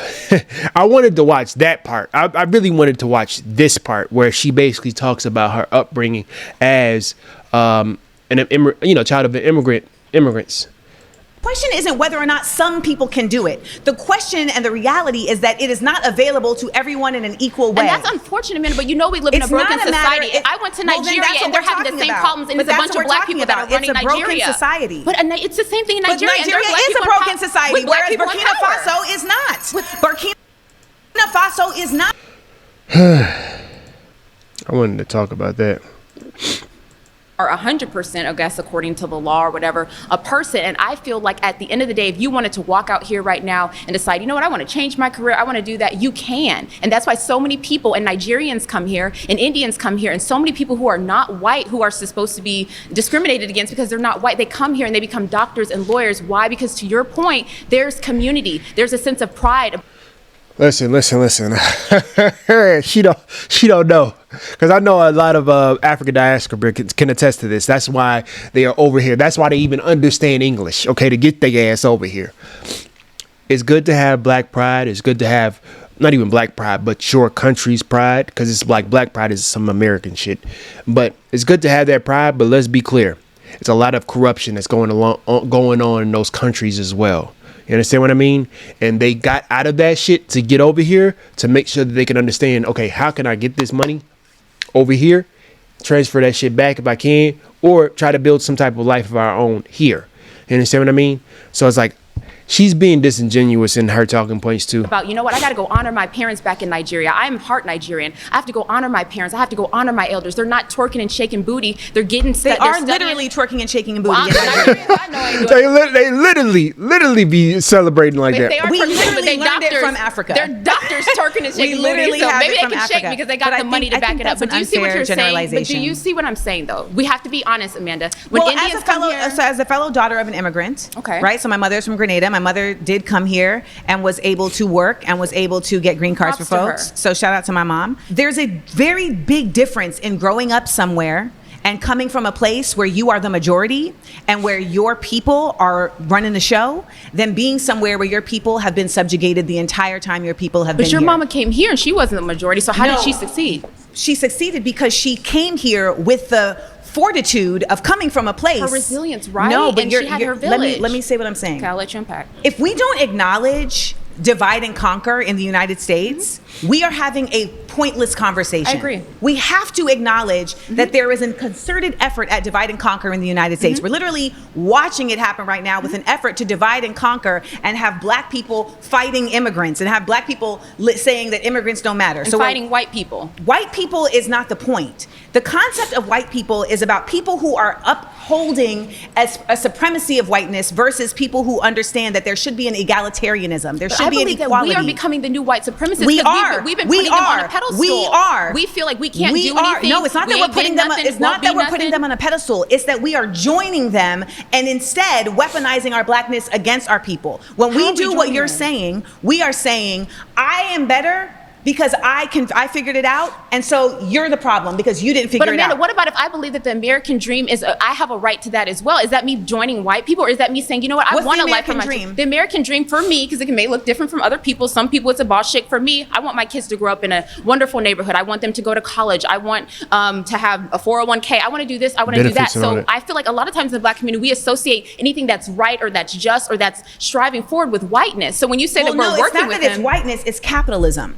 And I think that's what we have to understand the difference of. The concept of capitalism always is grounded in exploitation. but So Amanda, we're sitting here benefiting from capitalism, and you know that because you would want I to move to a understand that we are communistic- benefiting. I understand that we are benefiting from capitalism, but I also understand that we would have other people and a majority of people benefit if we were not solely capitalist. That is what it means to be a Black radical. It's to understand that I can benefit as well as others. So, Amanda, what is your solution then? Because we know that capitalism benefits us, and people are coming My here every solution day. is what I continue to say. We need to have coalition building across cultural differences, across ethnicities, across classes. And that includes We need collaborating to- with white people. I've never said it didn't. But I feel this like a lot of obsession, this obsession with white people It is an obsession with white people. fails to acknowledge the fact that there are people who benefit from white supremacy. But we live who do in not- America, Let me finish Amanda. my point. Go There ahead. are people who benefit from white supremacy that do not identify themselves as white. They don't consider that to be the most important element of their identity because they understand that at the end of the day, we need to see each other as humans that all deserve a right to exist. Exactly. We I all agree. deserve a right to exist, and I shouldn't have to earn my right to exist. And You know, that is what but capitalism What makes you think does. that you have to earn it? That's what I'm That saying. is Like, what I this don't- You just, what the fuck? This is why I can't have conversations like this. She got more patience than me. Because y'all are literally arguing her down about Black people having to earn how to be a good, quote unquote, good American citizen. You understand what I mean? Y'all saying that we are not resilient enough. That's her words. We're not resilient enough. You understand what I mean? As Black folks, we do crime against each other, right? You're literally saying that we have to earn how to be a better American inside of this, like, nation that is. way. You do have to earn it. You don't do. have to earn Yes, it. you do. We are That in is why we are America, Amanda. criminalizing the poor. We are criminalizing the poor on a regular basis. you just said she's gonna say how so, and she's the one that brought up the aspect of there's so much crime going against her from Black people, so we need to get on Black people and not blame it on white people. It's like, cool. It's just like, just stand on that shit. How so? Because we're not even allowing for a wage to happen to allow people to get out of poverty. We are seeing inflation grow. We both have people in our family that have done it, so we can't. No, we have say not that. had people that are done it. My mother came to America with an entire nursing degree. I can't say, oh, well, my mother did it. Why can't you? Because my mama mother was pregnant at 19 from the south side of Chicago with no degree and still made good something for of your herself. mom. You just said that you didn't need to earn it. That's the part that she's not getting. So it's like, good for your mama, but that's not all Black people. But then she's blaming Black people for not doing what her mom did. It's like, i.e., you want them to earn it, right? You want them to work hard for it. You know what I mean? You don't grind, you don't shine type shit. Get it out. That whole get it out the mud type of mentality. It's not. The question isn't whether or not some people can do it. The question and the reality is that it is not available to everyone in an equal way. And that's unfortunate, man. But you know we live in a It's broken not a matter- society. I went to well, then Nigeria that's what and they're we're having the talking same about. problems, and But it's a that's bunch what of we're Black talking people that are about. running It's a broken Nigeria. society. But it's the same thing in But Nigeria. and there's Nigeria Black is a people broken society. with Black Whereas people. is Black conservatism fails to meet the needs of the working class. Oh shit. Ant dog. Okay, talk to me. So I think Black conservatives, we're the ones who really want the best for working people. Oh. I think we're the ones, like a lot of the liberals, a lot of the leftists, they want us to do things like office work. They want us to go reparations, try to get things from the government and get handouts. We say, hey, go out there and work. Go out there and earn a living. Get these jobs that are available. Work with your hands. Do skilled trades. That's where a lot of us talk. They believe that earning a living is enough in America, when we see that if you work harder, it's not working smarter. And to the academics, if you work smarter, that's not always the smartest way. You understand what I mean? Because they use academia when it comes to the books. I know this and I know that. That don't mean shit when it comes to this damn political spaces, when it comes to how you show up in these politics. You know what I mean? How you show up with these politicians. Because a lot of Black academics told us to vote for Obama. What has he done for Black people? These Black conservatives can automatically attest to the fact that Black that nigga did not do shit for us. You feel me? If he did so much for us, I think that we can all also attest to the aspect of Trump wouldn't be able to done what he did and do what he did after him. You understand what I mean? Talk about skilled trades. So working class, that's really a black conservative thing, in my humble opinion. I would beg to disagree. I think that would be true if black conservatism also created pathways for people to get those jobs and also to be able to challenge the corporations that are using their labor, that are stealing from them and not impeding them from having a union. So for instance, like in the South, right? I just left North Carolina where I met with the USSW, the Union of Southern Service Workers. This is an unofficial union of individuals who work at places like Waffle House, at Food Lion, etc. And their unofficial union is unofficial because the conservatives in that state will not allow for them to be officialized. Legitimized. Legitimized. There you go. I got you. It will not allow for them to be legitimized because then they would be able to push back legitimately on the corporations to get fair wages, right? So like someone was telling me in this organization that she was in Baltimore getting $15.25 as a minimum wage, and then when she moved just one state away, she was now only getting $7.25 for minimum wage, but the cost of living was the same for her. So when we talk about, you know, the effort of saying go out and get these jobs and get these trades, et cetera, I think that is valid, but I think that the impediments by leveling up corporations and by pouring into the effort of corporations to keep billionaires, as black conservatives, you are actually cutting off the ability for those people to excel.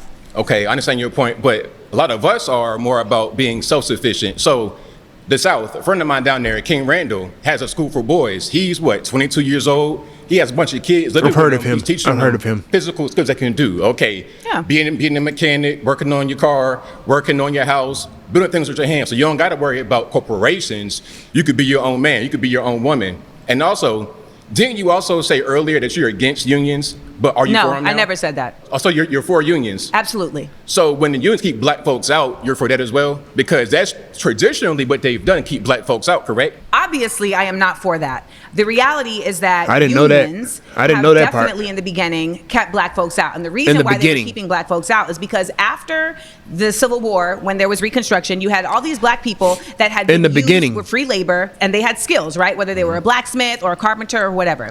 However, they could not get jobs because the white people who now had to fend for... They keep talking about the beginning because it's like, bro, they did that same thing when it comes to Democratic Party. In the beginning, Democratic Party was not for black people. They were not for black people. But it's like, we're here now. And some will say that they still not for black people. I'm going to just keep it a buck with you. They be doing some wild shit. But they have been more so on the side of, I guess, egalitarian. I don't know. At this point, it's like, bruh, this is why people are on the fence when it comes to Democratic and Republican Party, dog. For themselves, if you will, because they didn't have slaves, they had to go and learn all these trades. Right. And so they actively kept black people out of those jobs. And then what they would do is that when they would, as a union, say, we're going on strike, the black people would be like, well, we'll work because they won't let us in their union anyway. And then when they would go and actually get those jobs that the people were on strike for, they would hang them. They would lynch them. So yes, these are real things that have taken place. But we keep having these conversations where we acknowledge the past when it's convenient, and then we only stay in the present when it's convenient. So you can't simultaneously say, well, everybody's fine now and there's no systemic racism at the same time as stating that there are unions that are racist and unions that aren't racist. Ultimately, there is racism in the United States. It is deeply embedded. We have seen it in a myriad of examples, even just yesterday or today. And black conservatives are working against the working class because they are actively placing their vision, their ideology of black excellence in economics solely. Well, there is racism and in individual economics. Okay. And I think that's really the big difference of what we're talking about right now. You're talking about every man for themselves. Every man for themselves. No. I don't say that. Oh, you didn't say that? I say that we have to be individual as people, as black people, but still get all of us on the same page. My friends at school, he's not just looking out for himself, he's looking for all these kids as well. So it's like, okay, I bring myself up and then bring everybody else up, rather than relying upon the corporations and white people to lift this up. That's where we come So from as I Black think there's conservatives. a difference between relying on and acknowledging that there are impediments of. And I want to acknowledge the reality that we keep seeming to bump up against, which is that everybody has equal ability, and they don't. Everybody doesn't have the same impediments. So, for instance, I grew up with a single parent, not because... Me too. I grew up with a Same. single parent, not because my father was some deadbeat that didn't have... My father has a MD from Harvard. My father has an MBA from Tufts. My dad was a firefighter, so working class, conservative. He just didn't want to be a parent. So when we talk about this whole idea of like, oh, the blacks that are, not doing the thing, it's not about necessarily what class you're in. It's literally just about, we live in a nation that gives the option of, I don't want to be a parent. We live in a nation that gives the option of, I don't need to be in cooperation with our community. And as far as I'm concerned, Black conservatives do not address the needs of the working class, which are fair access to resources, which are equal access to getting jobs, which are equal pay to the same access as others. And we don't. Equal to who? Equal to other states even. Like, there's no reality where you can say that the same amount of white people are working low-wage jobs per capita as Black people. A lot of the reason is because there's such a disparate incarceration of Black people that it impedes their ability to get higher level education as well as higher level employment, because we know about disenfranchisement. All right, there you go.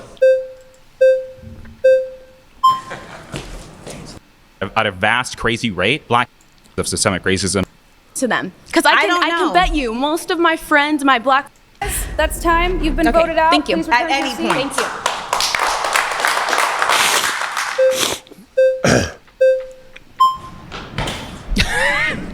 I'm back. So let's talk about facts. I just want to move back to systemic racism because you mentioned systemic racism earlier. I just want to look at 3 applications of systemic racism against white people and against East Asians as well. So for example, we have the National College Attainment Network, which defines affirmative action or even race-conscious admissions as taking race as one of the factors in whether or not you're going to admit a student. And we noticed that when race-conscious admissions was out of it, Black enrollment dropped 64%. At UC Berkeley. And that is an act of systemic racism. Trying to look at people's races and allow them into colleges whether or not they're of a set race is racism. And it's race conscious. And Martin Luther King's most famous quote is that he doesn't want his children to be judged based on race, but by the content of their character. And the content of people's characters also includes merit.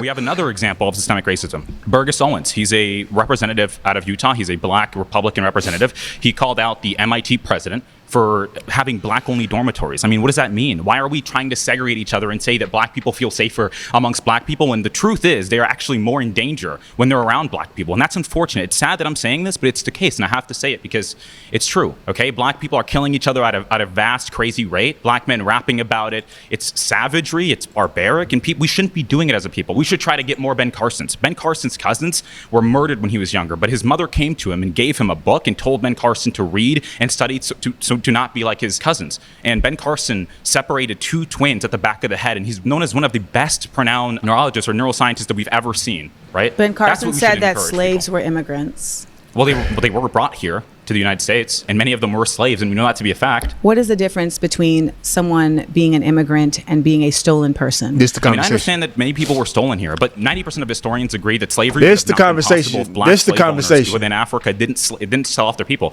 White people didn't show up and just start stealing people. They didn't do that. That's not how that worked. Literally did that. Slave merchants in Africa sold indentured servants who were brought to North and South America. The slaves sold at the ports were captured during war raids or sold by African leaders.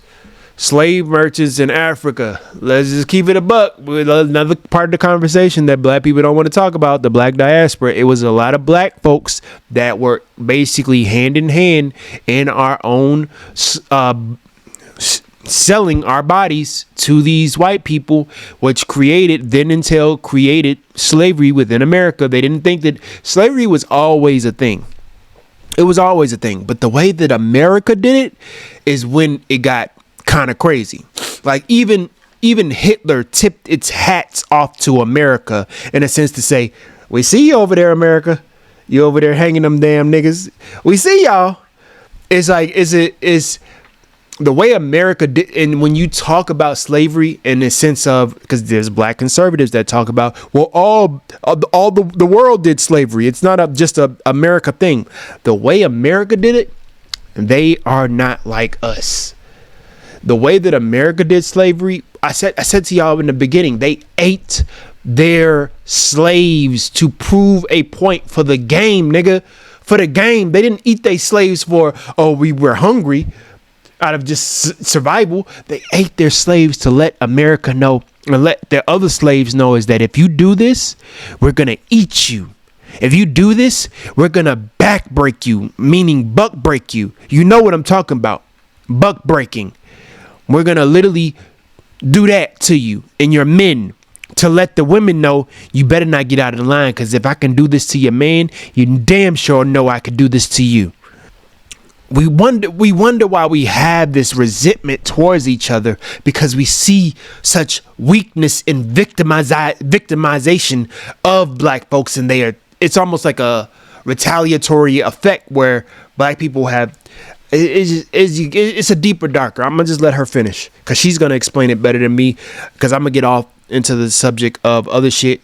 But they didn't. They worked with black owners and the Arabs. They literally did that. It's funny and you guys Arabs talk did about that as well. And I think it's very important. And I think it's Yeah. important to note that there is an oversimplification of history as well as of black people in Africa. There's a failure to acknowledge that in Africa, black people did not consider themselves black people. That was a racial distinction that was solely created by white oppressors to legitimize slavery. Arab oppressors, actually. The Arabs did it in the 7th century. They were the first ones. They did not name it under blackness. They simply just decided we're going to go and have enslavers. This was a decision that was actualized and then tried to be pushed forward through eugenics. Literally, eugenics. Eugenics is the word.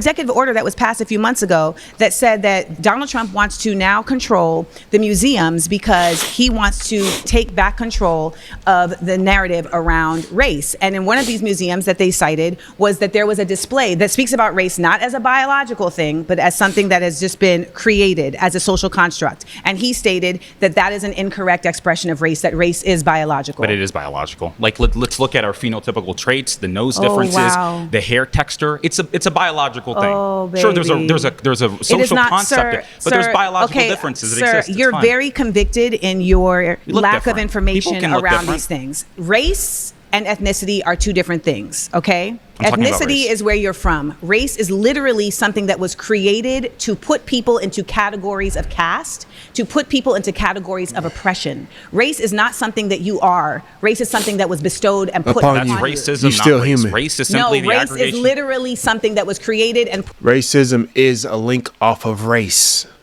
It literally is in the word. And I want you to listen to me as somebody who has studied this, who has a master's in African American Studies from the Institute for Research in African American Studies at Columbia University. I want you to understand very clearly that race is not something that is biological. There is literally Look at us. Look at the differences. There is many differences that are equated to ours that has nothing to do with race. Melanin content is not biological at all. So if you have a black parent and you have a white parent, and now you come out looking white, how is that a biological proof of your race? Most of them come out having curly hair. And that's another thing. A mixture of races, because I'm not gonna hold you. I probably got Congolese in my blood. I know I got Jamaican in my blood. Probably got Irish in my blood. I think that my mother probably, you know what I mean? Probably got some of that because she's lighter than all of us. You feel me? Like somewhere down the line, some white people is in our, is that not considered a part of our, you know what I mean? Genetics. So if that part creates, is that our biology? I'm white, like some Rachel Dolezal type shit. I understand where he's coming from in the aspect of our biology aspect of, but the thing is that he's not getting the fact that race was created. Black, white, yellow, brown, red, that color shit was created to separate people, to separate humans, not people, but to separate humans. I can even get nation pride. I can get that ethnicity and shit. White. How is that a biological but most, proof of your race? Most of them There's come no out most of them. having Stop, curly hair. Stop. There's no most of them. You do not have anything to You're prove mixed that. race too. I am not mixed race. My mother is black and my father is black. Well, my father is also considered black, but he's very much has a lot of European DNA. And you know what I think? I think that you are at a phase of your learning where you are a contrarian, and I look forward to seeing your development, because I have a feeling that you're actually going to flip the script eventually, because you are somebody that definitely is grounded in wanting to learn facts and wanting to learn the truths of things. However, you're currently still stuck in an indoctrinated space that is tricking you into thinking that you are something that you are not. You are a black person who is literally having to receive the results of racism, but ultimately you are of an ethnicity that has thrived in spite of it. And that is where we really exist from. And that is where our resilience comes from in spite of systemic racism. I think our resilience is happening now. I think growing, understanding the real problems, not going out and trying to protest against, you guys don't ever do this. KTS, You Dre, guys don't ever do that. KTS, Who is Dre, you guys? members of the black community that don't want to hold people accountable, especially black people. So KTS Dre was shot 60 times outside of Cook County, Chicago. How many BLM members came out? You earlier said BLM Stop is about referring police. to me as you guys. Okay, that's fine. So, for example, we had a really good example of this where it's not a police, because I remember This man's so unserious. He came to this damn event with some Puma jogging pants. You guys. Where are you from? Where am I from? What do you mean by that? Like, what state am I from? Where was I born? Where do you live right now? I live in Florida. I was born in Angola, though. I was born in sub-Saharan Africa. Whoa. That makes sense. That makes so much sense. Okay. Where did you grow up for most of your time? In Maine. I lived in North America. In Maine? Yes. In Maine. That's even more sense. And what is the population of black people in the town that you're from? In Maine. Really extremely low, but I grew up around black people, and there was a black community where I lived. And that black community that you lived in, did they teach you about black history in the United States? I Like, learned black history. Are your parents black American? Yeah, my mom is black. My father is black. No, I'm asking, were they born in the United States? No, because I wasn't born there. Oh, so you guys are all from Angola? Yes. But again, I like I told you earlier, right? In terms of people like KT. You don't think that shapes your judgment on black Americans? Yesterday they were shot. BLM doesn't come out for them, and I remember you earlier Well, I said. think it's really Hold on, can I important please finish? You earlier said that BLM is worried about police, but when Daniel Penny choked out the man that we all know was causing violence on that subway train, He was not causing violence. He was threatening causing people. disruption is not causing violence. He was threatening people. Causing disruption is not causing violence. And the people there helped him also, and we know that he helped them. I don't know what that has to do with BLM. Random people on a train is not Black Lives Matter. BLM showed up for that. They did. Showed up for what? BLM showed up threatening white people, saying that they were going to go. After Penny was found not guilty, a Black Lives Matter leader called for black vigilantes to retaliate. And that's another part of these black movements. You can't do shit like that in this fucking country because it basically deteriorates the whole movement. The trial was ending and an unknown group placed signs on the subway that said a man was lynched here. Oh, they didn't. Now. BLM protested. BLM New York. BLM protested. Where did you get that from? You see, your sources are not. You're not able to cite your sources. Please go sit down. Yeah, that's the truth. It's not the truth. It's not the truth. It's not the. Nothing you say is actually the truth. Nothing. You're not even American. You're not even a black American. As the daughter of an immigrant, it is imperative that black people from other places understand the disparate difference that they exist from black people in the United States. It is not the same. They're not like us. And ultimately, the best effort that we can do as a diaspora is to lead in understanding, not in judgment. So when I am talking to somebody from Sudan, from the Congo, from Angola, I am listening to understand their experience, not to undermine it. And I refuse to allow anybody from Grenada, from Angola, from any other place to come and try to undermine the experience of black Americans. That right there sent me for a fucking loop because I ain't think that's how she felt. I understood the sentiment, but it's like she putting it on paper. Black and white ain't. This is what she feels. I fuck with that. I'm gonna leave it right there. Y'all go watch the rest of it. I'm gonna link it in the bio. Keep it simple. Keep it simple, stupid. I fuck with that. That shit. I'm not gonna hold you. That I want to see more conversations like this, but at the same time, I know that a lot of these conversations are not going to move the needle. It's just more so give people's, they're going to just talk about Amanda Seals. They're not going to talk about what she said and how she say these type of sentiments can help these communities. Because like, I get it. Not a lot of people are going to agree with her. I don't even agree with a lot of the shit that she has said in the past. I agree with a lot of the shit that she said on here when it comes to pertains to, because even myself has looked at black as a race rather than as an aspect of a sort of tool to divide humans. First of all, humans, and then second of all, the aspect of to divide black people, black Americans with Angola Americans or Congolese Americans or Nigerian Americans or Jamaican Americans. You know what I'm saying? Like, I understand that's used to, I understand that, but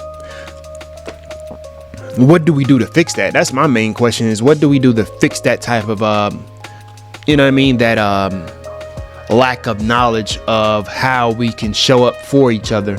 And at the very least, like, when you're in this country, how do y'all show up for us? Because it's like, we already don't trust a lot of the, we don't, I'm not gonna hold you, we don't, the black diaspora, because of their sentiments. Like, when I realized what akata means, I said, oh, so we're an animal even to the black diaspora.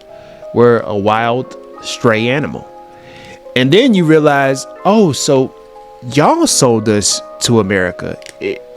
And then you tried to basically say that we don't have culture, but you use our culture to explain to us how we don't have culture.